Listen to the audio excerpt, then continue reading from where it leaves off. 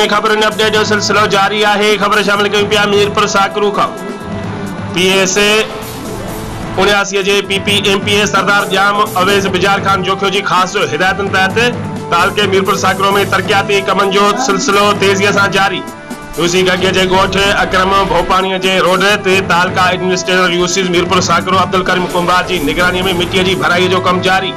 उन मौके ते मीडिया से ॻाल्हाईंदे तालका एडमिनिस्ट्रेटर यूसी अब्दुल करीम कुंभार चयो त असां तालके जे मुख़्तलिफ़ यूसीज़ में रिकॉर्ड तरक्याती कम कराया है। वाटर सप्लाई जी स्कीमिन रोडन ते मिट्टी की भराई के हवाले से असां खे MPA सरदार जाम अवेज़ बिजार खान जोखियो पारां खास हिदायतूं जारी कयूं वयूं आहिनि। इंशाअल्लाह तरक्याती कम कराए तालके जे अवाम के सहूलतूं फराहम कंदासीं।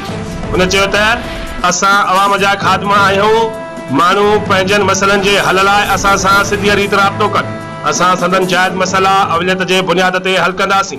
रिपोर्ट करे रहियो आहे परवेज़ अयाज़ अली कबूल, बे न्यूज़ मीरपुर साकरू।